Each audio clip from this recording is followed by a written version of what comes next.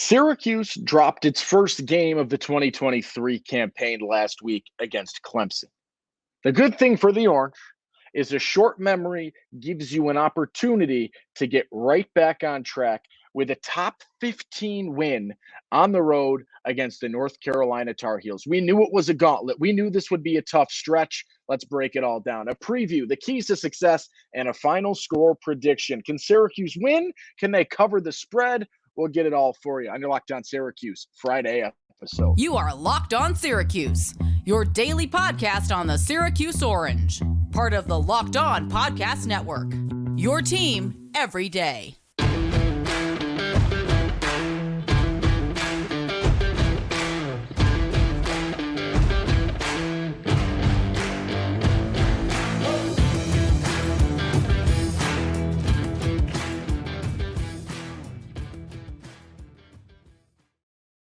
What's up? What's happening? Welcome into your Locked On Syracuse Friday episode. It's your boy OV saying thank you so much for making Locked On Syracuse your first listen today and every day.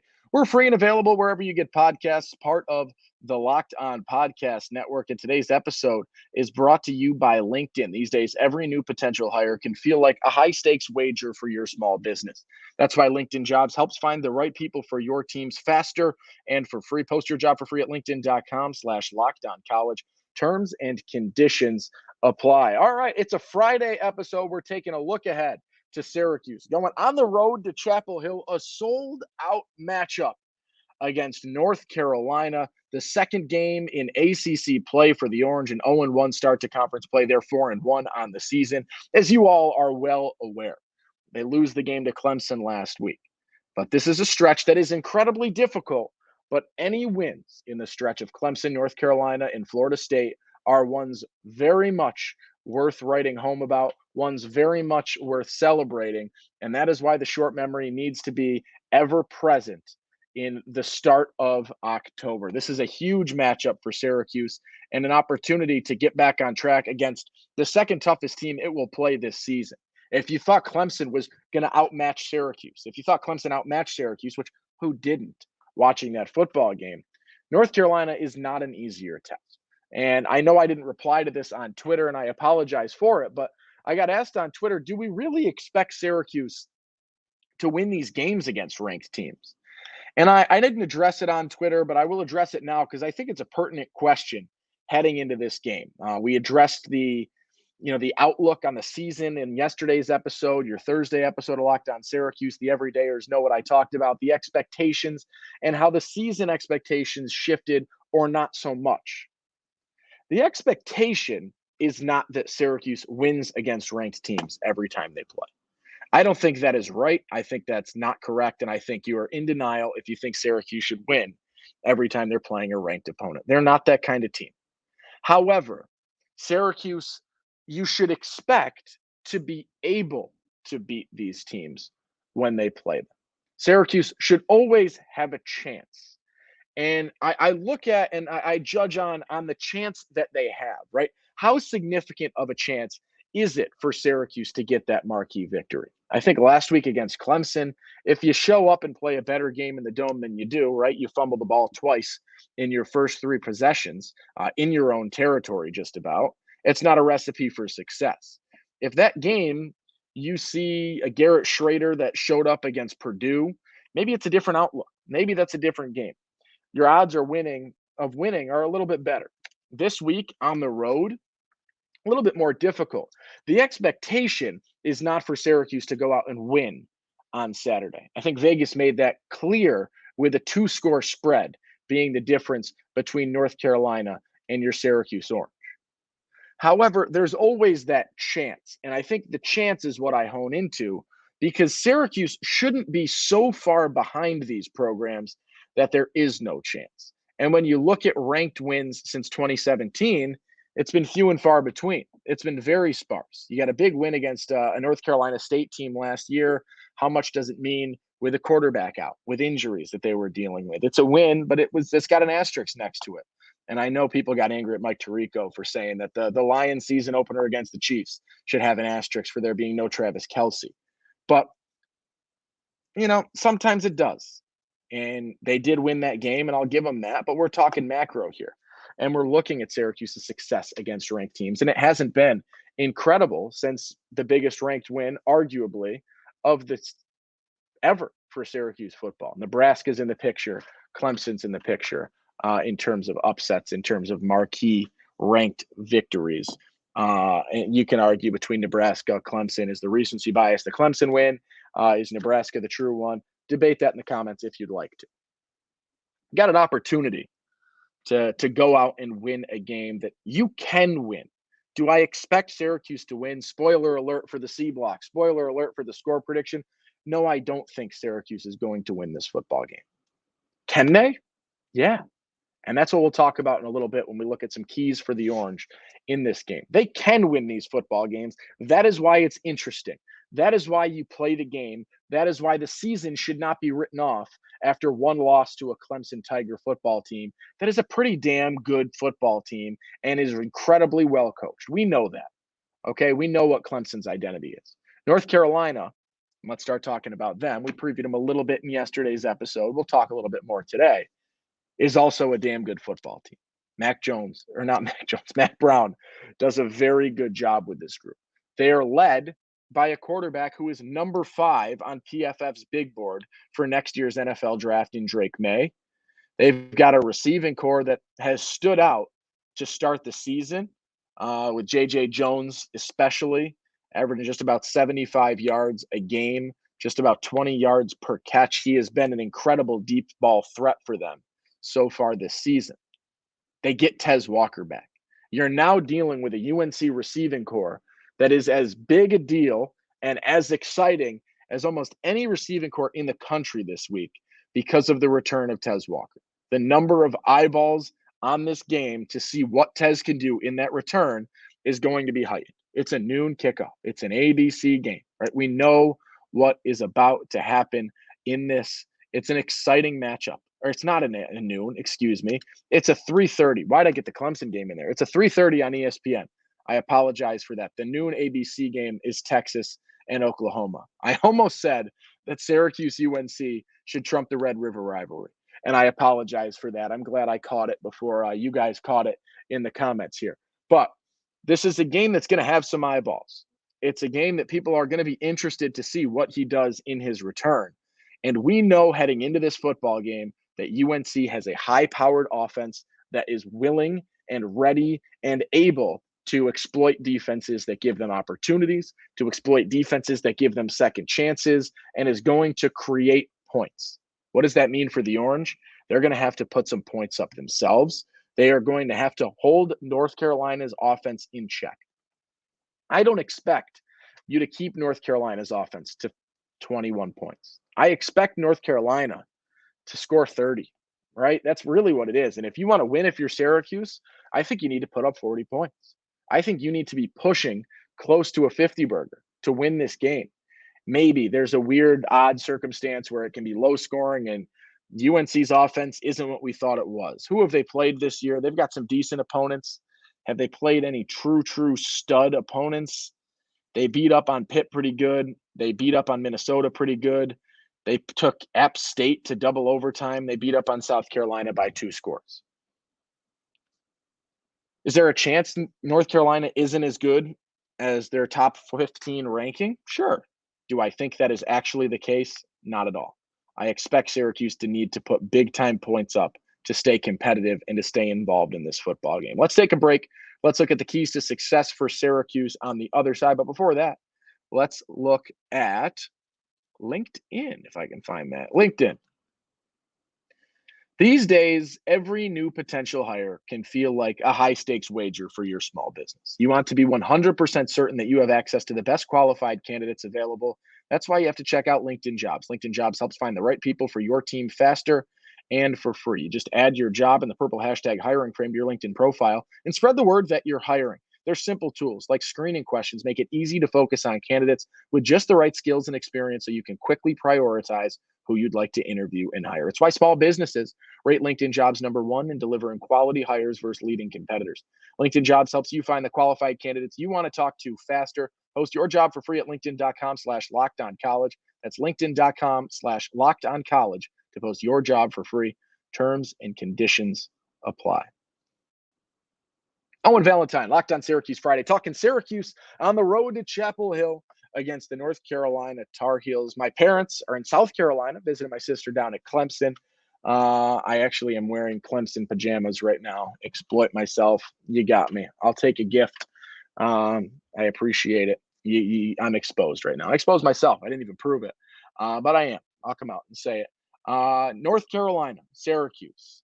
It is bad memories, right? Well, the last time these two played, if I remember correctly, was 2020 in the COVID year, or 2021, excuse me, in the COVID year, where we don't even talk about that season if you're Syracuse football. An ugly win. Mac Brown talked about it, right? That game was silent, and there was no one in the stands, and it was just players, coaches, a little bit of media, and your trainers. No parents, no fans, no girlfriends, no anyone. And it was weird. It was eerie. And this is not going to be the case. This is a sold out ACC football game with a cream of the crop playing in terms of a North Carolina Tar Heels team that wants to stay at the top of the conference. Can they? We'll see. They want to make that run. They want to play for an ACC championship game. And this is a big game in their minds because although Syracuse is just 0-1, record-wise, 4-1 overall, 0-1 in the conference. If Syracuse beats North Carolina, it's a tough look, right? You think Florida State is the shoe-in. Who's next on that list, right? Clemson's got 2 conference losses already. North Carolina wants to stay unbeaten in the conference play. But if you lose to Syracuse, you then fall in the head-to-head. And if Syracuse loses to to Clemson and to Florida State, then you lose that head-to-head if you're North Carolina and Syracuse runs the table the rest of the way.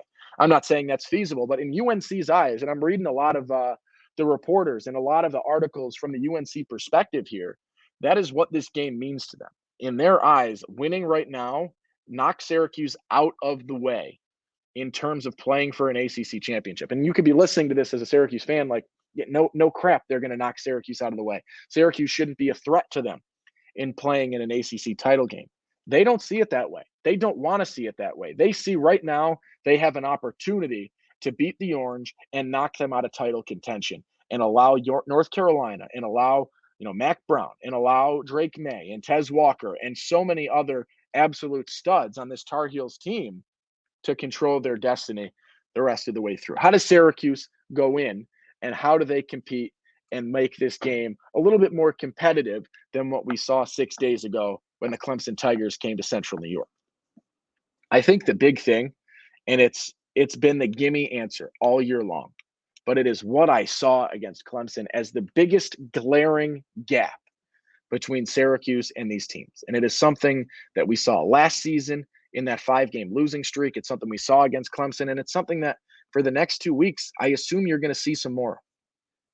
The offensive line needs to show out in this football game. The offensive line needs to be outstanding for Syracuse to compete. I said it in our first block today. Syracuse is going to need to put up points to compete. Garrett Schrader does an incredible job alleviating a number of mistakes from the offensive line, courtesy of his size, courtesy of his mobility, courtesy of the fact that he's a 5th-year senior with a lot of experience under his belt. He cannot do enough to overcome a performance like we saw from the O-line last week against North Carolina. North Carolina's defense isn't incredible. Not at all. By no means is North Carolina's defense incredible. But they can do enough. And they have enough size on that defensive line and that defensive front to put pressure on Syracuse. And if the O-line for the Orange plays like they did last week, it is going to be really, really tough. And another ugly box score for Syracuse. The O-line needs to be staunch. They need to be a presence. You got to look into the tight end game, right? We saw that expanded role from Dan Villari, who we don't even know what we're going to see then. Now you look at Max Mang a little bit too. You look at the tight end in blocking. You look at LaQuint Allen in the blocking game because they are going to rush. That is what you saw. Clemson showed the script. You put pressure on Syracuse, it makes their lives more difficult. The receivers weren't able to get open, weren't able to adjust on the fly, and Garrett Schrader can only do so much so often to escape. Your O-line needs to show out in this football game and be more than a presence and have its best football game of the season, not necessarily even for you to win. Your O-line needs to play its best game of the season to be competitive in this football game. I talked about him a little bit. We need to see a big week from the receivers. They didn't show out as much as you needed them to against Clemson, and you're going to need to see them do it. I want to see them succeed. I want to see them have those big days, like the career day that we saw against Army from Damian Alford, right? We want to see those. The Amari Hatcher season opener where he comes out and shocks everybody. The Donovan Brown 80-yard touchdown that we saw in week 2, right? We want to see those big moments from the receivers, and we didn't really get that against Clemson. You saw the fun moment out of Dan Villari getting to the end zone, finding pay dirt, but I need these receivers to have big days, right? Every week, they are a key to success because of the injuries that Syracuse has faced on that front. You need to see Donovan Brown succeed in the slot. You need to see Damian Alford. They threw a number of times down the sideline in single coverage over the top to try and win that one-on-one matchup. Syracuse against Clemson, I believe, went over in those one-on-one matchups on the sideline. Part of it was throws from Schrader, need the accuracy to be heightened on those. Part of it was positioning, and part of it is Clemson's got a damn good defense and cornerbacks in coverage that are going to be ready to compete and are looking forward to that exact ball that you are throwing, because that is where you pad stats. That's where you get your pass breakups. That is where you get your forced incomplete passes, your well-defended plays, if you want to look into advanced stats. That's where you get your interceptions a lot of the time on those jump balls, right? That is what you live for as a cornerback, especially a solid cornerback. You got to start winning those battles. Look for LaQuinn Allen out of the backfield. I think he's going to be a really good check down option this week. If you can get a little bit further through progressions, which is the jump that you need to see Garrett Schrader pull off this week. You need to see him get out of the habit that we saw a lot last season of this is the play, this is where the ball's going, and get back into what we saw to start the year a lot better of let's see who's open. Let's get through a progression. Let's find the check down if we need the check down. And that isn't something that we saw against Clemson, at least from my perspective. Bring some pressure. I'll tell you what, Drake May is an outstanding quarterback, but he is not without mistake this season. 4 interceptions, 5 passing touchdowns. All right, he is not without error in the 2023 season. Through 2 interceptions against Minnesota, through 2 interceptions against South Carolina. Both those games they won by 2 scores. Okay, Syracuse is going to have to force turnovers. That was their bread and butter, weeks 1 through 4. Not so much against Clemson. They need to get back into forcing turnovers. They got to take care of the football. They got to win the turnover battle if they want to be involved in this football game. Let's take one more break, and then we will talk some predictions and wrap up this Friday episode. It's going to be a little shorter one. I have been absolutely booked this week, so I apologize, but trying to give you as much as I can to take you into this matchup tomorrow afternoon. But before that, let's chat a little bit about FanDuel. Snap into action this NFL season with FanDuel. It's America's #1 sportsbook. Right now, new customers get $200 in bonus bets guaranteed when you place a $5 bet. That's $200 in bonus bets, win or lose. If you've been thinking about joining FanDuel, there's no better time to get in on the action. The app is so easy to use. There's a wide range of betting options, including spreads, player props, over-unders, and more. You guys know I love the first touchdown scorer bet, especially in these NFL primetime games. So visit FanDuel.com/lockedon and kick off the NFL season. FanDuel, official partner of the NFL. Owen Valentine, Locked On Syracuse Friday episode, Syracuse and North Carolina preview prediction time. What do I think is happening here? I have alluded to it. I don't think I've beat around the bush in any capacity on today's episode. You guys should know where I stand. And I know people think, oh, Owen, you're so negative. You never predict Syracuse to win. You always think they're terrible. I predicted Syracuse to win outright last week. They were 7-point dogs. They are now on the road 9.5-point dogs. That means for those of you interested, as 9.5-point dogs and an over-under of 59.5, Vegas expects this game to be 34 or 35 to 20.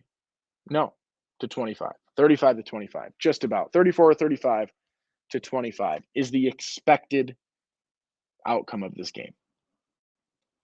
I said I expect North Carolina to get into the 30s without question. I see North Carolina scoring at least 30. And I think it might even be a little more high scoring than that. I like this North Carolina offense. I think the return of Tez Walker is scary.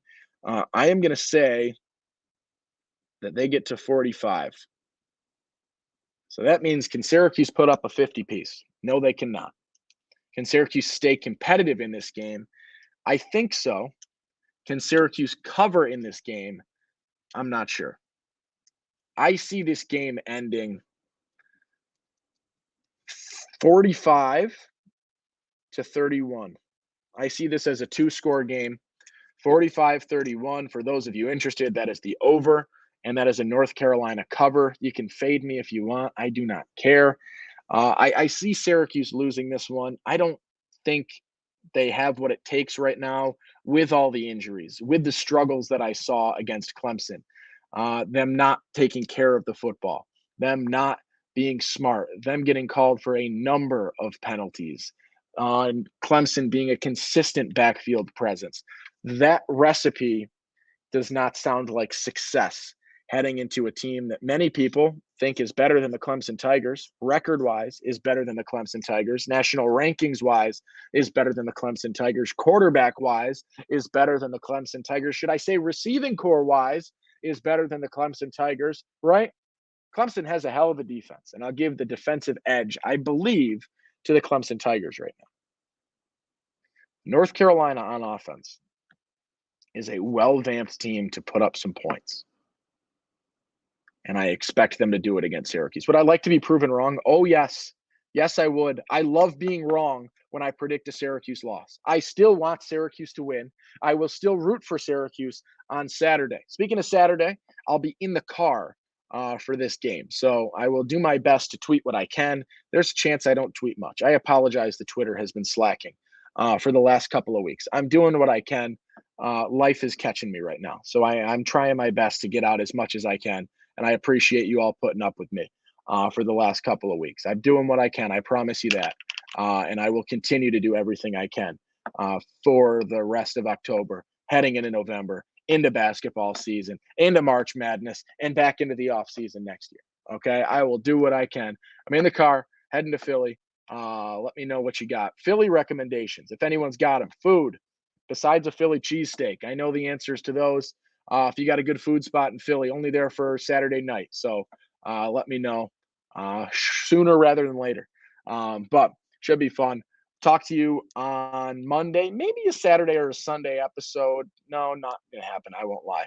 I got a fun episode about NIL talk, about Syracuse and its role in NIL right now, coming out early next week. So be on the lookout for that. But until then, I'm Owen Valentine. Thank you so much for making Locked On Syracuse your first listen today and every day. We're free and available wherever you get podcasts, part of the Locked On Podcast Network. That's your team every day. We're heading into the weekend. Be kind, make somebody smile, go orange, have a great weekend. Enjoy Indigenous Peoples Day, and I'll see you on Monday. Peace.